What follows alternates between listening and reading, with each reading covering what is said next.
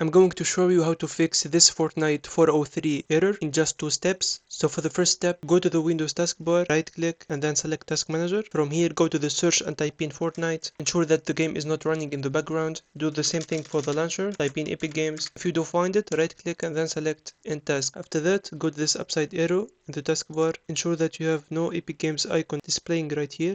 If you do find it, right click and then select Exit. Just wait for a couple of moments. Go to this Epic Games launcher, right click and then select Run as an administrator. Once opens, go to your library where you have the games on. After that, you just need to type in Fortnite. Once done, you should find it appearing and then you can see these 3 dots right here. You need to click them. Now, all you have to do is to click on this manage option. If you don't find it for some reason, make sure to install the game in order for it to be appearing. Once done, this window will pop up, so all you have to do is to click on this verify button right here and all missing and corrupted files will be safely recovered and corrected. After doing that, you can check by going to the download manager, and by that you will find the Fortnite game is downloading new files. That way you ensure that the problem is going to be fixed. And that's it. Hope this video is helpful. Consider the subscribe button and see you on the next one.